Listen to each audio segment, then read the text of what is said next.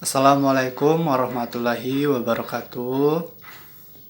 Perkenalkan, nama saya Ilham Akbar. Saya berasal dari kelas 1B BKPI. Izin untuk menjelaskan tugas Ulumul Quran yang bermateri tentang Israiliyat. Baiklah, langsung saja saya akan menjelaskan. Yang pertama itu terminologi Israiliyat. Israiliyat adalah sesuatu yang masuk dalam tafsir dan hadis di mana periwayatannya berkaitan dengan sumber Yahudi dan Nasrani, baik menyangkut tentang agama atau tidak. Dan kisah-kisah yang ada di dalamnya berbaur dari berbagai agama dan kepercayaan yang masuk ke Jazirah Arab, tentunya dibawa oleh orang Yahudi dan Nasrani. Yang kedua, saya akan menjelaskan masuknya Israiliyat dalam tafsir. Bermula dari masuknya kebudayaan Yahudi ke dalam masyarakat Arab pada zaman jahiliyah, di mana kita ketahui zaman jahiliyah adalah zaman yang penuh dengan kebodohan. Karena pada saat itu terdapat sekelompok masyarakat Yahudi yang berdomisili di tengah masyarakat Arab.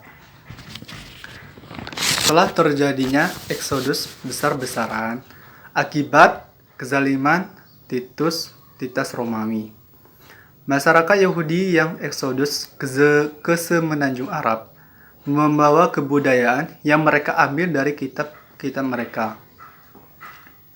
Pada waktu itu, banyak ahli kitab dari kalangan Yahudi menempati negeri Yaman dan Syam. Di sana terbangunlah interaksi dan komunikasi antara kedua komunitas ini, Yahudi dan Arab, yang banyak sedikitnya membawa pengaruh terhadap kebudayaan mereka. Di samping itu, masyarakat Arab memiliki kebudayaan yang sangat rendah dan terbatas, sehingga dengan mudah mereka terpengaruh dengan kebudayaan bangsa lain. Setelah terjadinya peristiwa hijrah, Rasulullah Shallallahu Alaihi Wasallam bersama para sahabatnya ke Madinah, mereka telah mendirikan permukiman baru dan terdapat beberapa kelompok Yahudi, di antaranya Bani Qinaqah, Quraizah, Nadir, Yahudi Khaybar, Taimah, dan Fadu. Komunikasi yang baik telah terbangun antara masyarakat Islam yang bertetangga dengan kaum Yahudi. Mereka saling bertukar pikiran dan ilmu pengetahuan.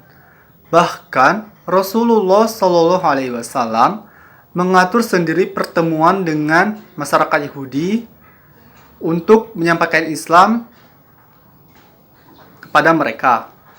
Begitupun sebaliknya, masyarakat Yahudi sering mendatangi Rasulullah SAW baik untuk membahas masalah umum maupun menguji kebenaran Rasulullah SAW sebagai utusan Allah Subhanahu wa Ta'ala.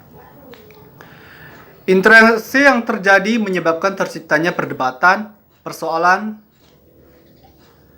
bahkan terdapat sebagian dari kalangan ulama dari mereka menyatakan masuk Islam, seperti Abdullah bin Salam, Ka'ab al-Ahbar, Wahab bin Munabbi, yang mereka ini memiliki wawasan yang luas tentang kebudayaan dan peradaban Yahudi.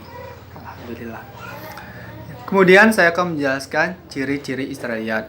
Yang pertama, awal sanadnya berupa rawi yang berasal dari ahli kitab, sumber primer. Matanya berupa kisah-kisah yang aneh dan asing. Kedua, atau awal sanadnya berupa rawi sahabat, tabi'in yang terkenal sering menerima dari ahli kitab atau sumber primer. Kemudian matanya berupa kisah-kisah masa lampau.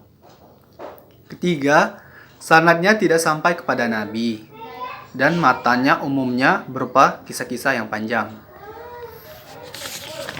Kemudian saya akan menjelaskan dampak Israiliyat terhadap ajaran Islam. Menurut Muhammad Az-Zahabi, Jika Israiliyat masuk dalam khazanah tafsir Al-Quran, dapat menimbulkan dampak negatif sebagai berikut. Yang pertama, Israiliyat akan merusak akidah kaum muslimin karena ia mengandung unsur penyerupaan pada Allah. Na'udzubillahi min zalik.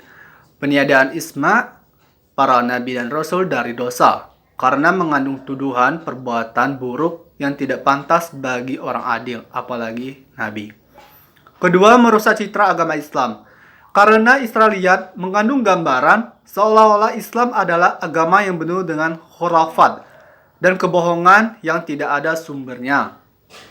Kemudian yang ketiga, Israiliyat menghilangkan kepercayaan pada ulama salaf, baik dari kalangan sahabat maupun tabi'in.